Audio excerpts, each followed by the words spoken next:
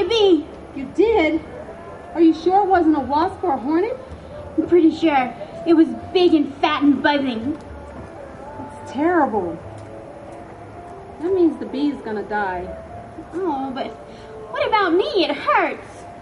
Oh, dear. Well, we'll get you some lotion. But if the bee stung you, it's gonna die.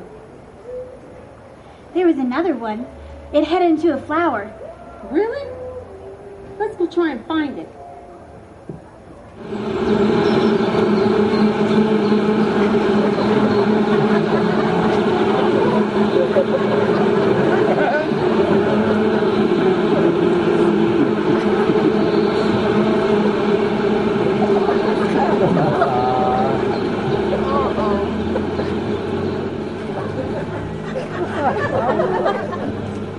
Hey, what's the buzz? Haven't seen you around here for a while. Or anyone else for that matter. Oh, just not feeling too well. I must be working too hard. What do you mean? That's what you're supposed to do. You never sleep. You're a worker bee. I don't know, maybe I got a kink in my stinger. Well, as long as you haven't lost it. Could be I've only been pollinating potatoes for the last week. You know, too much of the same thing. Oh, are any of your mates feeling bad? Yeah, as a matter of fact, quite a few are sick, I think. Oh, no. I hope you're not coming down with CCD. What's that? That sounds bad. Anything with an acronym sounds bad to me. Well, it is. Believe me. CCD stands for Colony Collapse Disorder. What is that? Your colony may have it. What is that? Well, I hate to say it, but it's when a whole colony dies off. Dies off? We're not dying off. Well, it can happen pretty quickly, like when the humans get a virus, only the humans don't even know what causes CCD. Oh, well, thanks for the optimism. You know, I bet if those humans labeled it, I bet they invented it or caused it. Well, likely. They say it's pretty complex. I've heard that CCD can happen because they keep growing things and planting all the same things. You know, like those potatoes. And they put pesticides on them. Yeah?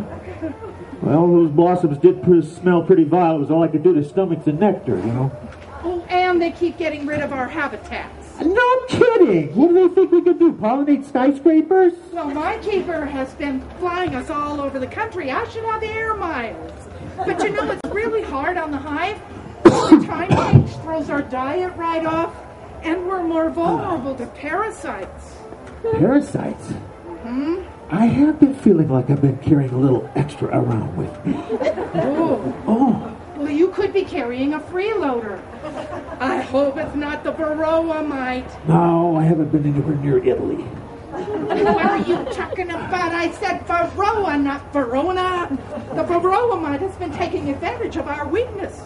Well, I don't know I'd say I'm weak. I'm just not as waspish as I once was. You know,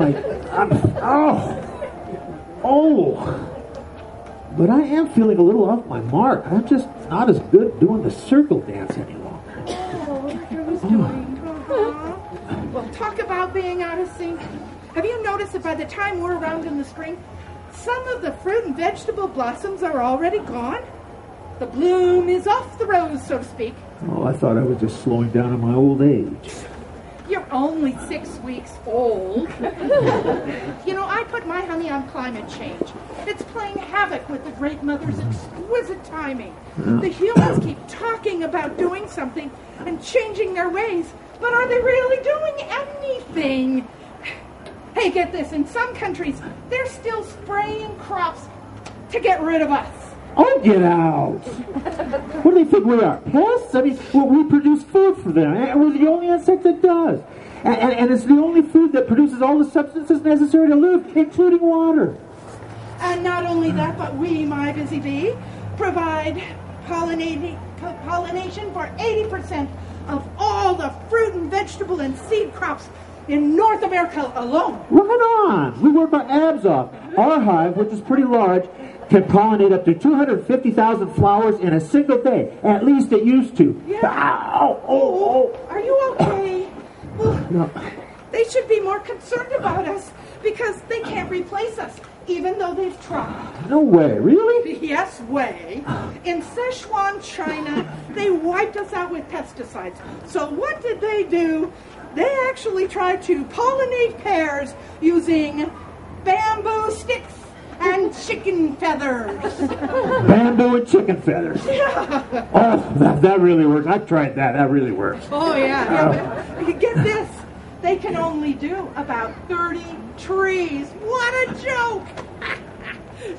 I just don't get it. Why are they treating us so badly? You know, we work hard for them, and yet never even disturb their meanest flowers.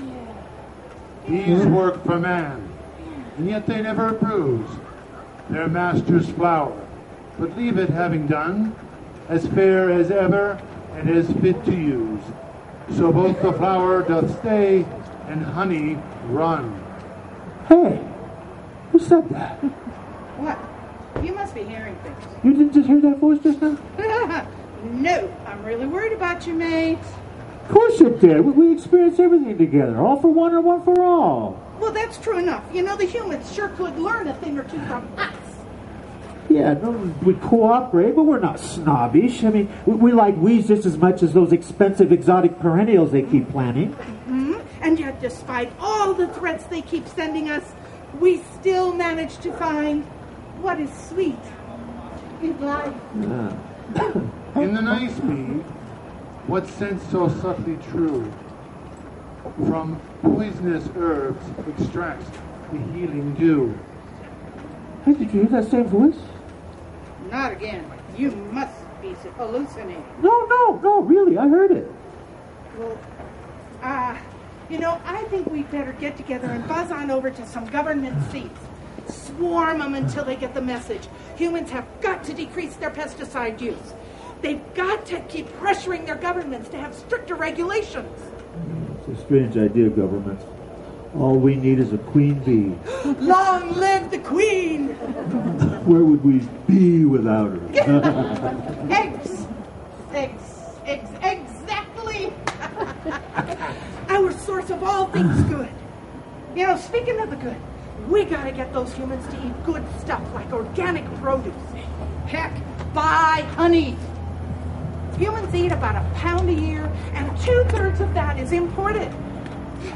We need to get them to buy locally produced honey from us. We are our brother's beekeeper. Who said that anyway? I don't know. We sure need our beekeepers. They're right up there with the queen on my list. Oh, I'm with you there. But even ordinary mortals could plant more flowers and plants we really like. English ivy. Oh, mama. Hummingbird bed. Oh, Exquisite. borage. You don't look good at all. Maybe you should go back to your hive.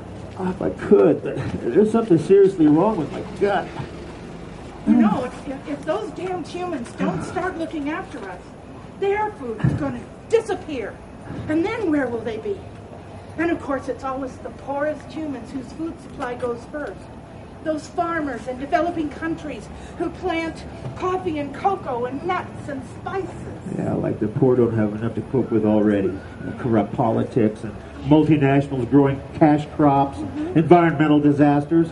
I've seen them work in the fields, looking more and more hopeless. There's over 6 billion hungry humans now. That's right, and we can see so much more with our 5 eyes to their 2. Ooh, and it doesn't look good for us either. Tens of billions of us have died off in recent years.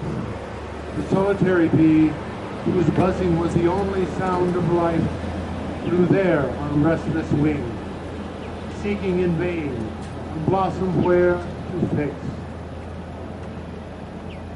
I think I heard a faint buzz. You heard it too? Listen. If the bees become extinct, man would only survive a few years after.